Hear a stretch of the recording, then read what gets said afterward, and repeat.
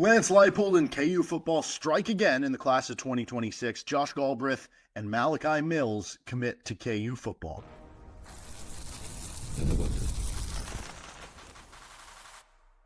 You are Locked On Jayhawks, your daily podcast on the Kansas Jayhawks. Part of the Locked On Podcast Network, your team every day. What's going on? Derek Johnson here. This is Locked On Jayhawks. Thanks for making it your first listen every day. Thank you to the everydayers catching all of our shows wherever you get them, whether it's on our YouTube page or anywhere you get your podcasts. And on today's edition of Locked On Jayhawks, we're going to be breaking down KU football's two newest commits, Josh Galbreath, a local kid, linebacker, 3-star, and Malachi Mills, a non-local kid, 3-star offensive lineman. What is interesting about their games, what it means for the overall class, as well as what is the future of each of those positions with both linebacker and offensive line for KU. We'll discuss those on this episode of Locked On Jayhawks. First, we're brought to you by FanDuel Sportsbook. It is Super Bowl 59 time, and there's no better way to make every play more exciting than with FanDuel Sportsbook. New customers can bet just $5, and if you win, you'll score $200 in bonus bets. Download the app or head to FanDuel.com to get started today. So we're going to get into both players here with Galbreath and Mills. We'll get into what it means in the class of 2026. Then we'll get into a little bit about each of their games. And then we'll finish up with what it means at each specific position. Let's start with Josh Galbreath, who committed to KU on Saturday night. Obviously, KU basketball, things did not go well for KU basketball against Houston. There was at least one, nice little positive that came out of Saturday night, and that was that Josh Galbreath decided to commit to the University of Kansas. He is a class of 2026 defensive player. I say defensive player because I think one site has him listed as athlete. Probably going to be a linebacker, but does have some safety play at the high school level. Nearby Lawrence High School, right? So this is another, it's not just local kid. I use that term if it's an in-state kid, which is the case for like Hunter Higgins and Jalen Mason and J.J. Dunnigan, right? But very local, right? When you're talking about Lawrence High, and obviously Devin Neal just graduated being a Lawrence High kid. I think Cole Mondy still on the roster as a walk-on. So anyway, he is a 3-star recruit from Lawrence High and committed to KU football and Lance Leipold, and a really good list of offers for Josh Galbreath. He had offers from Michigan, which that was obviously the big one. Sharon Moore, who's the head coach at Michigan, has some Kansas ties, and so I think he's from Kansas originally. So that was big to pick them. I mean, obviously Michigan, powerhouse, Nebraska, Ole Miss, you're getting an SEC ball here, Kansas State, Illinois, among other schools. The offer list, very, very good here for Josh Galbreath. And then the other recruit that you bring on, Malachi Mills, offensive lineman, also in the class of 2026. He is from Westfield, Indiana. So, in the Midwest, near the area, but not quite local kid. And his offer list isn't as extensive as Josh Galbreath, but you're looking at a lot of MAC schools for him. He had Akron, Eastern Michigan, Western Michigan, Toledo, some other MAC schools on there. He did have Colorado State as well, Florida Atlantic. And so you end up with two commits over the weekend out of this. I think they just had a big junior day that they were hosting with Lance Leipold, and you come away with it. And so Galbreath, when he committed on Saturday night, he became the 6th commit in the class of 2026 for KU. And then obviously when Mills ended up committing, he became the 7th commit for KU football in the class of 2026. So you're already rolling with 7 commits. And I mentioned this on their last episode we talked about where they had another commit. Usually they get a good amount of work done ahead in the recruiting class during the spring, during the summer, a little bit right now, to where a lot of times KU football is getting a majority, if not all, of their high school commits for that given class before the season even starts. And I think that is both intentional from a standpoint of, you want to have all your time focused on the game plan that week, right? And so every hour you have to spend, scouting a different high school player or something, that takes away possibly from time you could be game planning for that week. Beyond that, it is easier to have to be all right, if you have all your commits in tow for the class, it's easier to talk to 15, 20 kids, and because you still have to keep recruiting the players you already have committed, right? There are other schools that could come in and poach them away. It's much easier to keep recruiting the 15 to 20 kids that you already have committed, in theory, than it is to, say, hey, you only have 5 commits, you need to add 15 more, which means realistically you're looking at a player base of 100 kids or whatever it ends up being. I don't know what the number would be. right?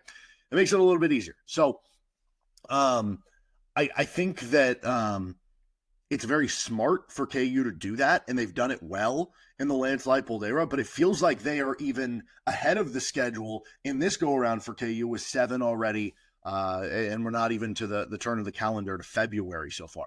Then you look at the recruits you bring in here.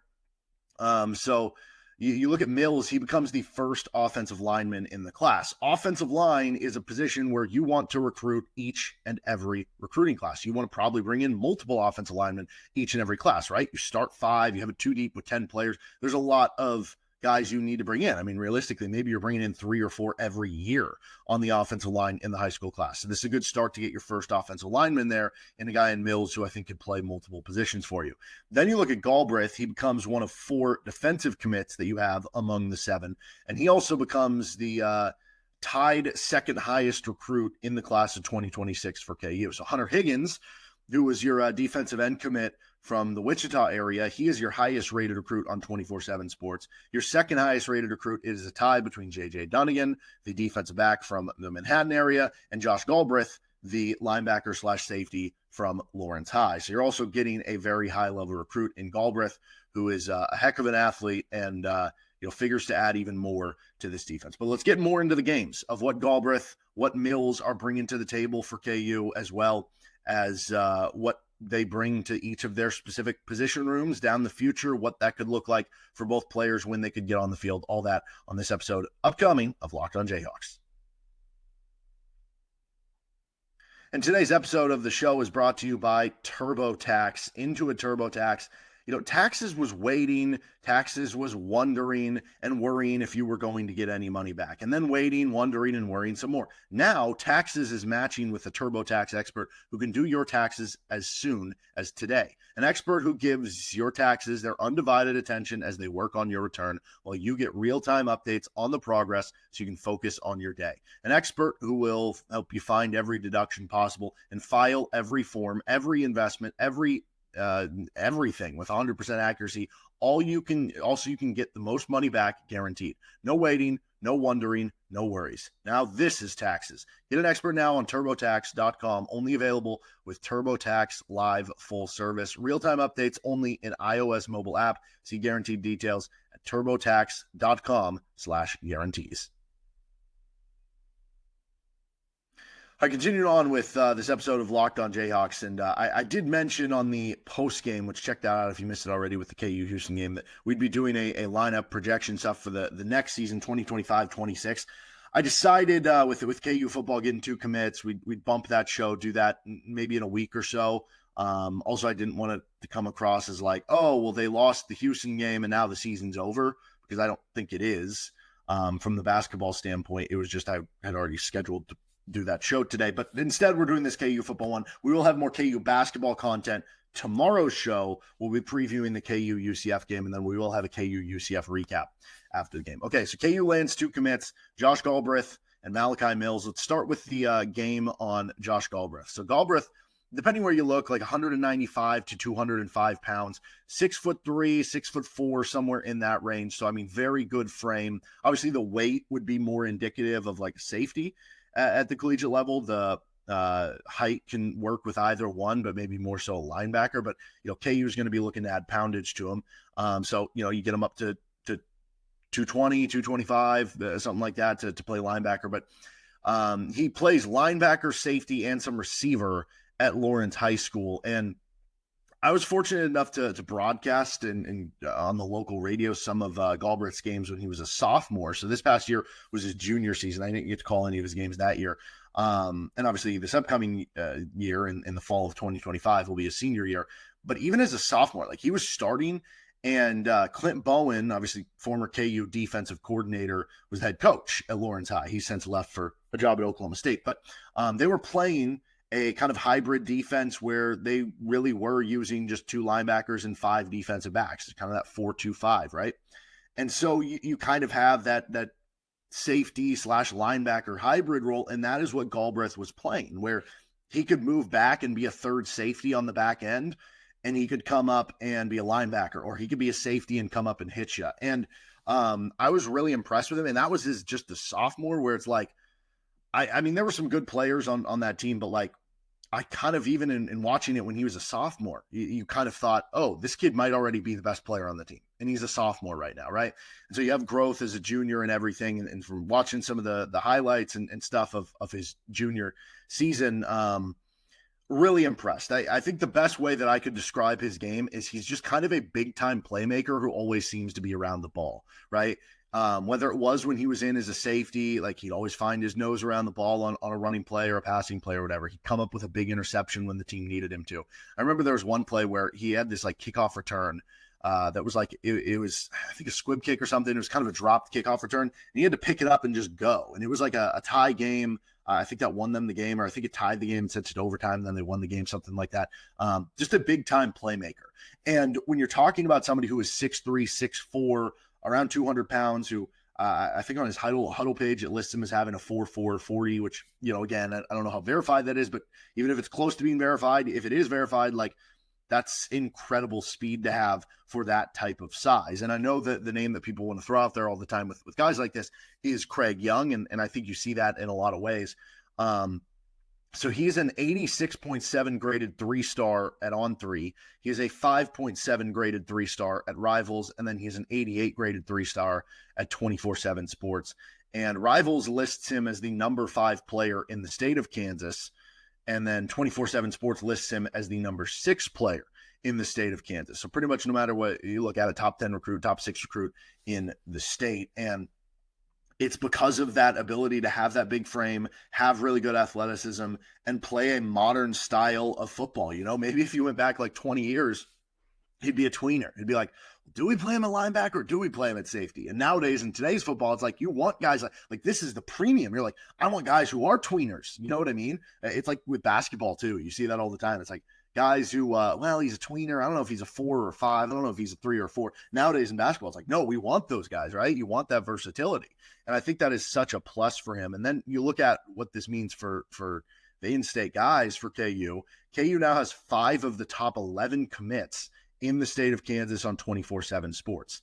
And they're still on the hot on the tail on a few more. So like this is developing quickly into being the best in-state recruiting class that KU football maybe has ever gotten in the 24/7 Sports area, which goes back, you know, to 2010. They haven't always won the in-state recruiting over Kansas State and even having schools like, you know, Nebraska and some other schools that have been able to come in and pick off those players. So really impressive stuff. And I really like Josh Galbreath's game, and I'll be excited to see how KU uses him when he arrives in Lawrence. And when you look at Mills' game, he is a 6'6", 270-pound offensive lineman from Westfield High School in Indiana. He's an 86 graded 3-star at 24/7 Sports. He is currently unrated when you're looking at Mills on Rivals and at On3, so kind of awaiting what those end up being for him. But you know, he has a couple highlight videos out there. One is his sophomore season when he was mostly playing left guard, it appears.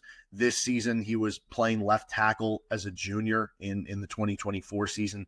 I thought he showed good growth from his second year to his third year. You know, I thought the first year of highlights I watched as a sophomore, they were good, but like I thought he looked even a lot better as a junior. And it seemed like he had very heavy hands. Like it seemed like he didn't always have like a ton of momentum necessarily going into a guy where you were like expecting him to just like road grade him because he had all the momentum of the world and he was just going to like spear him down. And yet he would just shove guys over. Like seemed like he was very strong, had heavy hands in that ways. I really liked on some of the highlights when he was pulling or when he was moved to kind of block someone in space. That he performed those, I thought, very well. And I thought he really showed like a good tenacity to keep blocking guys. There's a lot of highlights where he keeps blocking his guy, make sure until he gets fully into the dirt and kept blocking to the whistle, like in a clean way. He would finish the play. And that's what you want to see. You want to see that mentality, I think, from offensive linemen. And then you like the fact that, yeah, he has played left guard. He has played left tackle. Like KU loves to cross-train guys. KU loves guys that can play multiple positions because it just makes building your offensive line so much easier. If you have to get into a situation where you're only recruiting players who can play one position on the offensive line, it makes it so much more pivotal that you have to hit on those players. Because what happens if you're like, okay, we recruited this guy to play left tackle, that guy to play left guard, that guy to play center, and then one of them just, doesn't live up to the hype or ends up getting injured or something like that. And then you're kind of in a difficult situation. Whereas if you have guys who can play multiple positions, then you get to a point where it's like, well, like you look at this year's team for KU, like, okay, you have Kobe Baines back, but who's going to be the other starting guard for KU? And it becomes a lot easier that you have guys, for instance, like Nolan Gorchika, who can play guard or tackle, so that you can say, hey, we can fill that position in a couple different ways. Like we can go a couple different ways, whatever ends up being, the best player for that position. So I think that's certainly something that KU likes and is a plus in his commit. So 7 commits overall for the class of 2026. And obviously, this ranking is going to be built on the fact that KU does have a lot of commits in tow right now. And a lot of the schools just don't have, many or any at this point in time. But it is cool to look up there and look at 24/7 Sports and see that Kansas is a top 20 recruiting class nationally right now, which, again, will that last? Probably not. But it is cool to look at. It is cool for the graphics and the screenshots and to keep that, recruiting momentum kind of moving forward right now if you're KU. All right, let's get into what the future of each of those positions, linebacker, safety, offensive line, hawk roll, all those things look like for KU. This is Locked On Jayhawks. And our episode is brought to you by FanDuel. Super Bowl 59 is here. One game, 2 teams, endless possibilities. And there's no better way to make every play more exciting than with FanDuel Sportsbook. Whether it's predicting the first touchdown, calling the MVP, or even betting the coin toss, FanDuel makes it easy to get in on the action. With live betting all game long, you can adjust your bets as the game unfolds and feel the thrill from the kickoff to the final whistle. The live betting feature lets you stay involved no matter what happens on the field, and the app is super easy to navigate. Plus, knowing that you can place a $5 bet and potentially win $200 in bonus bets for the Super Bowl, that's the icing on the cake. Have your cake and eat it too. Download the app or head to FanDuel.com and get started. Bet just $5, and if you win, you'll score $200 in bonus bets. That's FanDuel.com. Bet with FanDuel, official partner of Super Bowl 59 and partner of the Locked On Podcast Network. All right, continuing on here with Locked On Jayhawks with the 2 more commits for KU, Josh Galbreath and Malachi Mills. And let's talk about that linebacker room for KU coming when he joins the team in 2026. So you look at it right now, Bengali Kamara, Joseph Sipp, Jason Gilliam, and Tristan Fletcher are all seniors on the roster for KU. Now, there's a chance that Fletcher could get another year with this whole JUCO thing, so we'll see what ends up happening there. But that would probably mean 4 of your top 6 linebackers are gone. So is there a chance that Galbraith could get on the field as soon as a true freshman season? I mean, it's not impossible. I would think Kansas is going to hit the transfer portal for some more, talent next year at the linebacker spot. You bring in Trey Lathan from West Virginia. He'll be a senior come 2026. You would also have some young guys that would, you would hope be more ready to hit the field and get on the field, like Logan Brantley come 2026 would be a redshirt junior. Ja'Cory Stewart and John Kamara come 2026 would be redshirt sophomores. Malachi Curvey would be a second-year player, whether that's a redshirt freshman or a true sophomore. And ideally, with Galbreath, you're able to play the slow game there, that you can get him up to 220, 225, work on the body, and then maybe he's on the field by the time he's in his second year, third year. But you really look at it, and this is the way I view it. So you have all these seniors for KU at the linebacking room in 2025.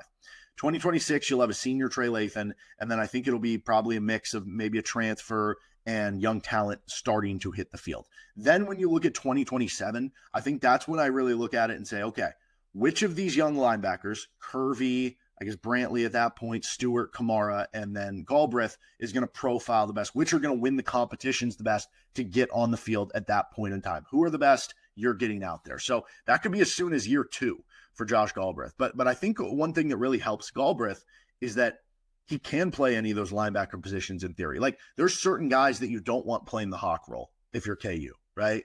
That you would just say, we'll just play another safety. We'll just play another defensive back, because they're not going to be good enough in coverage. They're not going to be good enough in space. But with Galbreath, he doesn't have that worry. So if you end up using him as a Mike, you end up using him as a Will, or you end up using him as a Hawk, I think he can play any of those positions. And if you do get to a point where you end up playing with Josh Galbreath as the Mike or the Will, now you basically have it's almost like a 4-1-6 on the defensive end for KU, where you have basically one run stuffing linebacker, and then you might be able to have a linebacker in Josh Galbreath who can stop the run and stop the pass, and you have another safety on there. Like that would be the dream, I think, in having versatile defenders and what you could do on the defensive end of the ball. Now you look at the offensive line, and with Malachi Mills joining the program. So I do think with a 6'6" frame, like that typically is something to look at and go, okay, you probably are going to profile long-term to being more of a tackle. But, sometimes we do see, Bryce Foster, who's your center, is like 6'5". So, it doesn't always work that way. But you look come 2026 when Mills will arrive, Gorchika, Baines, Foster, DK Stearns, those guys would all be gone for KU at that point in time. I think it'd be tough to hit on the field in year one, and obviously that's not the goal for offensive linemen. I think the goal for KU with offensive linemen is redshirt them in year one, and then maybe you get on the two deep, if you're a situation like Calvin Clements by the end of year one or by the start of year two, something like that. But maybe even more ideally, you're getting on the two deep by year three. And if that's what you're talking about, okay, come 2027, you would have senior years, Tavaki, Tuiko Lavatu, and Calvin Clements. You would have senior years for DeAndre Harper, unless he took a redshirt by then, Jack Tanner, kind of same thing there. That I think this is a move when you look at offensive line. It's a little tougher to say, okay, I see him hitting the field this early on, because it's probably going to be something more where it's like, okay, redshirt's year one, year two, now he's a backup, year three, maybe he's on the two deep, maybe by year four, he's a starter. And if you're ahead of schedule there, if you're an offensive lineman, great. And that's even better, right? But I don't think that's a position you want to rush. All right, that'll do it for this episode of Locked On Jayhawks. You can find our show anywhere you get your podcast, including on our YouTube page. We'll be back tomorrow for a preview of Kansas hosting UCF. We'll see you then on Locked On Jayhawks.